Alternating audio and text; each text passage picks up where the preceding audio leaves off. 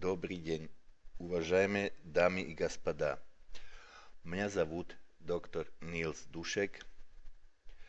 Я гражданин Германии и разработчик препарата Билурон. В настоящей презентации вам хочу рассказать несколько слов о истории возникновения препарата Билурон, о его механизме действия и о возможностях употребления его в ежедневном процессе. За ошибки в моем русском языку извиняюсь, но постарался чем лучше изучить и освоить русский язык.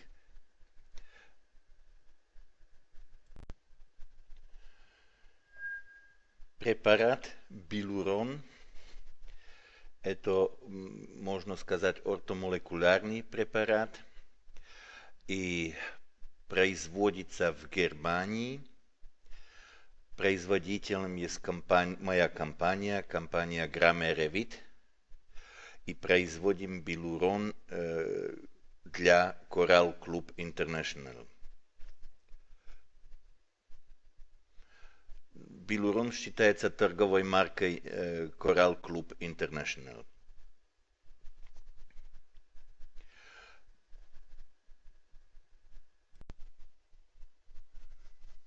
Препарат Билурон относится к группе биологически активных добавок к пище. Не считается лекарством. В состав Билурона входит комплекс гиалуронной кислоты вместе с хондроитином, как ударное вещество, инвертный сахар для хранения, витамин Е как антиоксидант, калиум-сорбат как консервант и вода. Вода структурирована.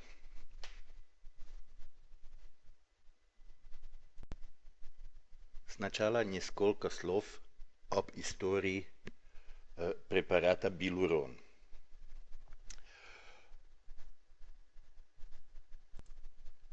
Разработки его начались уже 20 лет тому назад. Дальше. Как всегда в медицине, первые эксперименты с гиалуронной кислотой в поисках эффективной формулы были сделаны на мышах и крысах.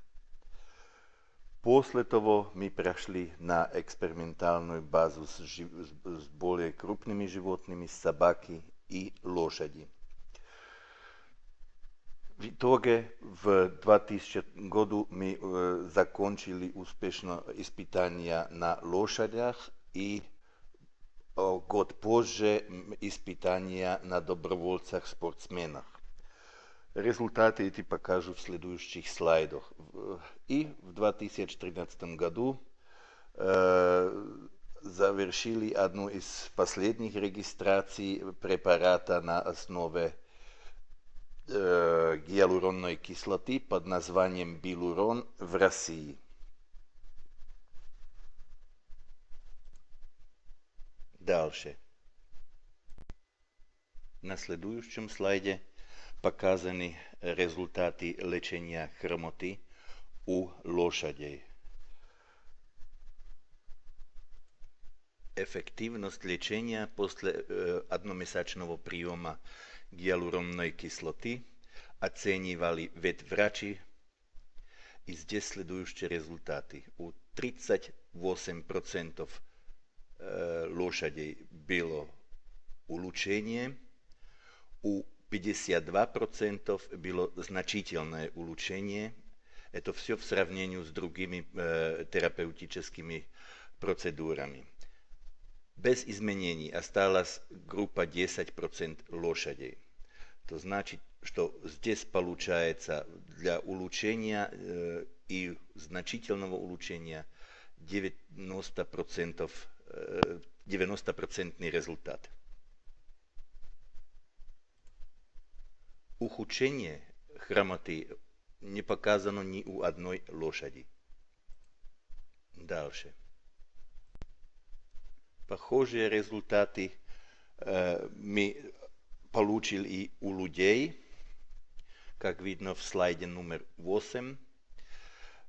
У спортсменов это был хоккей и маратон, где у 35% больных было улучшение и 65% значительное улучшение. Ухудшение или без влияния не было у группы людей.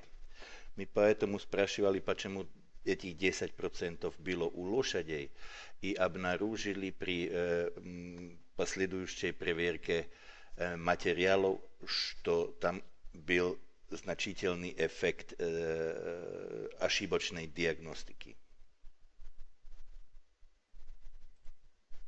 Дальше. Теперь несколько слов к компонентам, из которых состоит билурон. Дальше. Основным компонентом билурона является гиалуронная кислота. Гиалуронная кислота – это, что касается химической структуры, соединение огромного количества полисахаридных единиц, которые имеют большую молекулярную массу. Эта большая молекулярная масса – это одна из причин, почему очень тяжело всасываются химические составы с похожей структурой. Гиалуронная кислота имеет одну из главных функций в организме – это привязка воды. В том же самом плане и привязывает воду и делает основный компонент синовиальной жидкости. Но как единственный компонент билурона имеет гиалуронная кислота в отличие к хондроитину и остальным и регуляторные свойства, потому что сможет привязываться на собственный рецептор и регулировать рост и размножение хондроцитов. Дальше. Необработанная гиалуронная кислота имеет очень тяжелое всасывание в кровь, как видно здесь на следующем сайте. Эта красная палка в середине – это стенка кишечника, через которую эти длинные молекулы очень тяжело проходят, и в процессе прохождения они расцепливаются на моносахариды. То значит, в итоге в крови уже не найти гиалуронную кислоту. Таким же образом можно кушать и белый сахар. Результат будет тот же самый. Нашей задачей было посмотреть, как можно повлиять на структуру химическую молекулы гиалуронной кислоты, чтобы прохождение через кишечник не помешало ей биологической активности как гиалуронной кислоты целиком. Дальше. Как я сначала уже сказал, результатом выше 270 экспериментов было обнаружение определенной оптимальной молекулярной структуры гиалуронной кислоты, которая позволяет проходить через кишечник целиком в цепах различной длины, которые в состоянии после прохождения опять соединиться в готовую длинную гиалуронную кислоту. Говорим о так называемом процессе ресинтеза. Вот эта гиалуронная кислота, которая таким образом изменена и проходит через кишечник, она находится в препарате билурон. Дальше. Следующим компонентом это хондроитин сульфат. Хондроитин-сульфат является очень важным структурным компонентом хрящи и хрящевого матрикса. В разнице к гиалуронной кислоте хондроитин-сульфат является чисто стройматериалом. Он не имеет никаких биологических регуляторных свойств, как гиалуронная кислота. Следующим компонентом это инвертированный сахар. Инвертированный сахар мы включили в наш препарат сначала чисто как консервант, но он химически состоит из равных долей глюкозы и фруктозы. Но показалось в поздних работах, что он не только консервант, но и как источник энергии для хондроцитов и как стройматериал для собственного производства гиалуронной кислоты в организме. Дальше.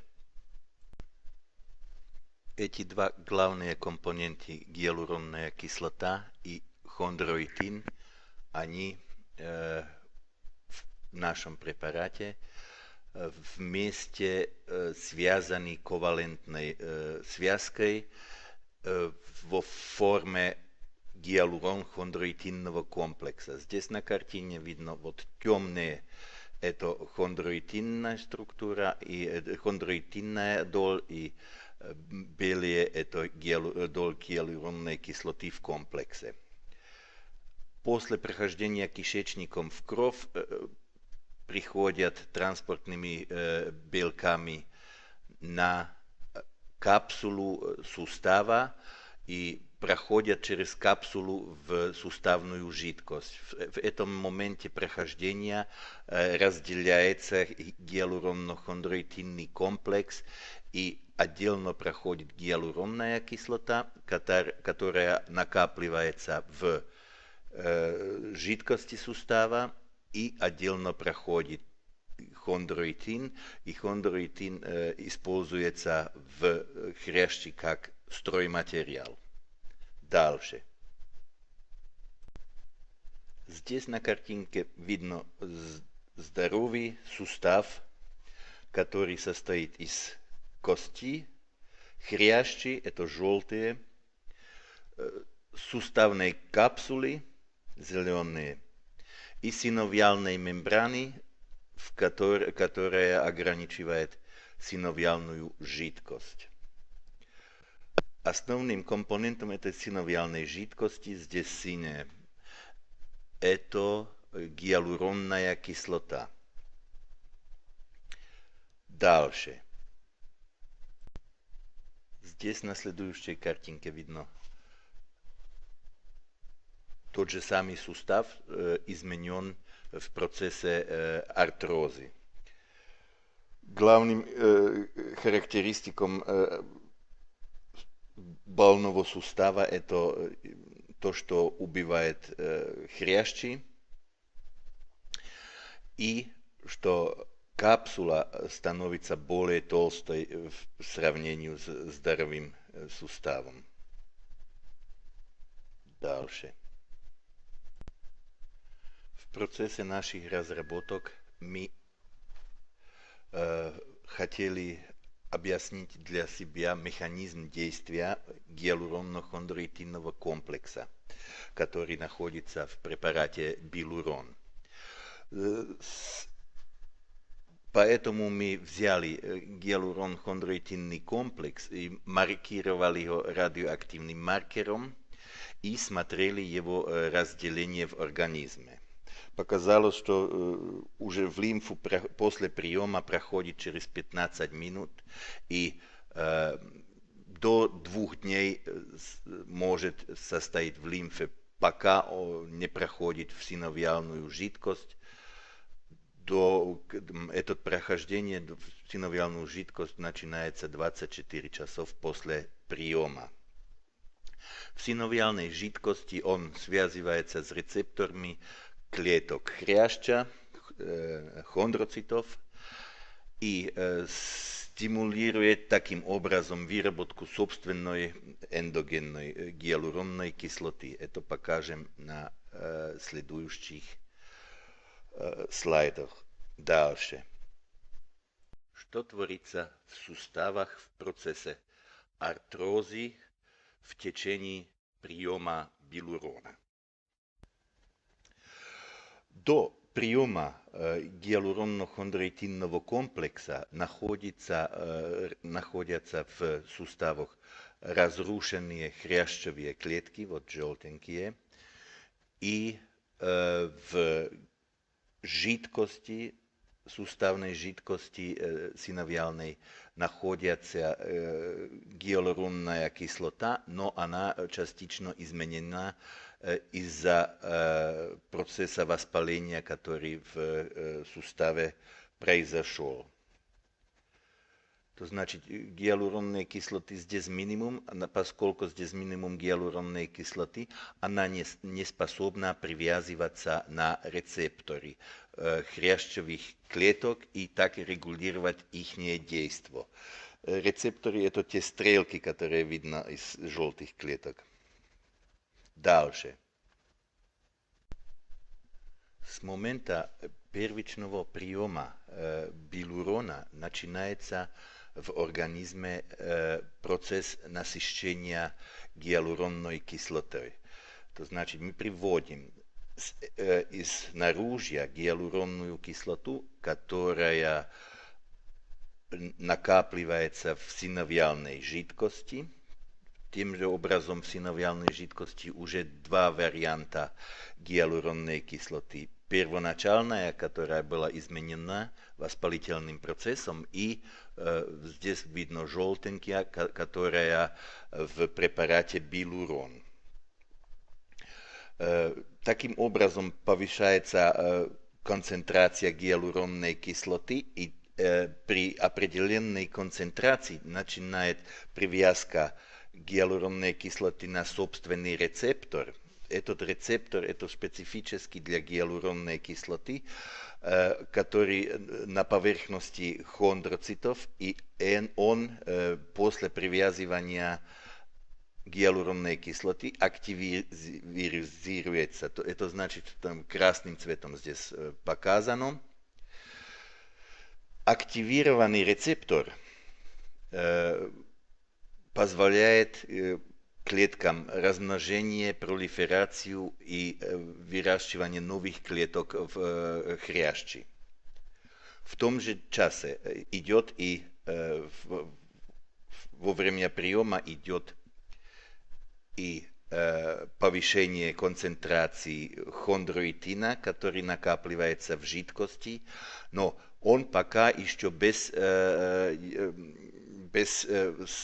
определенных свойств, потому что хрящевые клетки, они не могут его перерабатывать и внести в матрикс, поскольку они не активированы. Только после активации гиалуронной кислотой смогут хрящевые клетки перерабатывать хондроитин в виде стройматериала, чтобы сделать новые слои хрящи. Дальше. Здесь видно состояние сустава после приема билурона, после 30-дневного приема. Характеристически есть, что там произошла благодаря активации рецепторов CD44, произошла пролиферация хондроцитов, то есть размножение хондроцитных клеток. Эти нормализируют свой метаболизм и способны уже сами вырабатывать гиалуронную кислоту, так как в здоровом суставе. То значит, теперь уже появляются у нас три вида гиалуронной кислоты. Первоначальная гиалуронная кислота, которая при воспалении уже была в суставе. После того экзогенная желтая, которая в препарате билурон.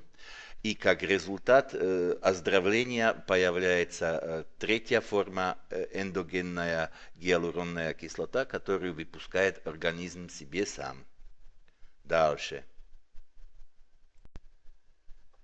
На следующем слайде показана постепенная возможность восстановления сустава после регулярного приема билурон. Вплоть до того, что заканчиваются воспалительные процессы и обновленная синовиальная жидкость позволяет суставам без огромной боли движение. На следующих двух слайдах более схематически показан еще раз процесс восстановления хрящевых клеток после приема билурон. Дальше. На слайде номер 25 видно, как меняется динамика и содержание гиалуронной кислоты в жидкости суставов во время и после приема билурон. На первой неделе, когда начинается процесс приема гиалуронно-хондроитинного комплекса, в начале находим в суставной жидкости только воспалительную гиалуронную кислоту. Постепенно с ежедневным приемом билурон накапливается экзогенная гиалуронная кислота, здесь красный цвет. Этот процесс накапливания идет до конца приема на 30-й день. В определенный момент есть накапливание уже такое количество гиалуронной кислоты, которая позволяет привязку на рецептор CD44, это где-то в пределах третьей недели приема. С того момента начинает организм сам выделять еще эндогенную гиалуронную кислоту. Интересно, что в четвертой неделе, когда процесс приема уже закончен, растет эндогенная дальше, эндогенная продукция гиалуронной кислоты. И так же самое на 5, 6, 7 неделе до достижения биологического определенного максима. И без последующего приема билурон. Дальше. Теперь несколько слов о принимании билурона в процессе влияния и ухаживания за суставами. На следующем слайде номер 27 показан зависимость выработки гиалуронной кислоты от возраста. Однозначно показано, что до 20 лет организм способен вырабатывать себе гиалуронную кислоту в полном объеме. И после 20 выработка производительность гиалуронной кислоты падает, и 60-летний имеет уже столько лишь 10% выработки гиалуронной кислоты, которая ему нуждается. Это однозначно доказано, что организм надо субституировать из наружья гиалуронную кислоту, потому что как только упадет концентрация пониже активирования рецептора CD44, восстанавливаются и процессы оздоровления в суставах. Билурон предназначен не только для больных, но и для здоровых людей. В первой очереди это мы в течение последних 10 лет накопили ведомство, где можно применять гиалуронно-хондроитинный комплекс. Это у детей здоровых детей в фазе роста, у спортсменов, когда у них идет или перегрузка, или профилактически до нагрузок и соревнований. И у пожилых людей возрастный износ произошел, можно восстанавливать опять назад хрящ с помощью билурона. И классические применения это артроз и патология межпозвоночных дисков. И в последних летах мы сделали большой эксперимент в Вьетнаме, где нам удалось доказать, что с помощью билурона можно в комплексной терапии очень хорошо влиять на подагру.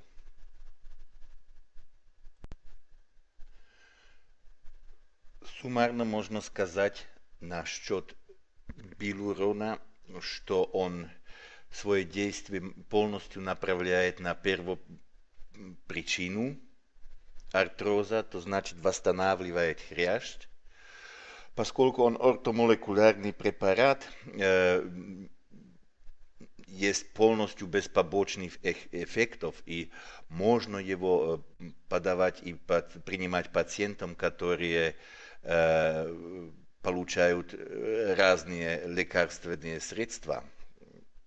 Пациент должен знать, что здесь идет процесс накопления в суставах гиалуронной кислоты, и этот процесс длится не меньше 2-3 недель. После этого времени уже начинают чувствовать первые улучшения. Курс повторяется 2-3 раза в год, и очень важно, надо промешивать во время приема, размешать, потому что там идет осадок. Этот осадок, он за счет витамина Е. И важный и один момент, который здесь на слайде не показан, что терапевтический процесс 2 бутылок надо обязательно закончить. То значит, если уже по первой бутылке такое улучшение, обязательно надо взять и вторую бутылку. Весь 30-дневный процесс надо закончить.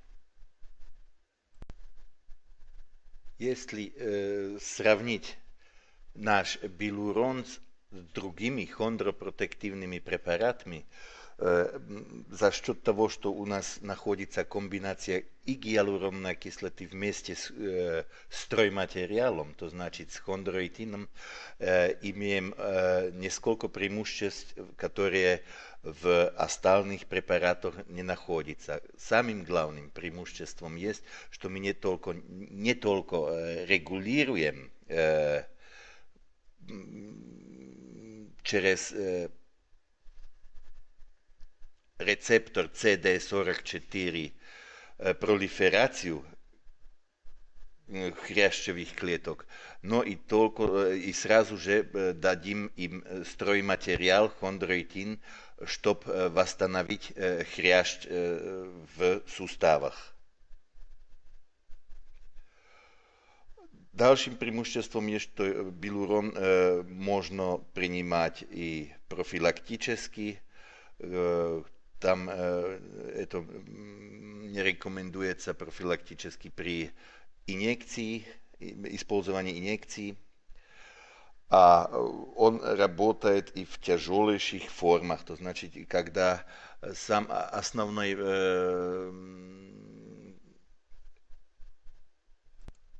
основным вопросом есть, что было в суставе присутствие каких-то остатков хрящей, как, например, при артрозе степени 4, с которого можно начать восстанавливать. Потому что при степени 5 там уже нет хрящевых клеток, и там даже и билурон не очень поможет.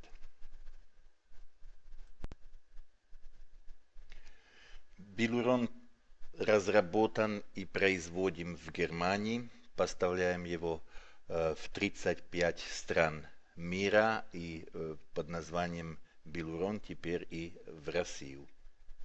В следующем показано несколько фотографий с производства современное, где гиалуронная кислота вырабатывана в биоферментерах и производственные мощности позволяют делать ежедневно несколько тысяч бутылок билурона.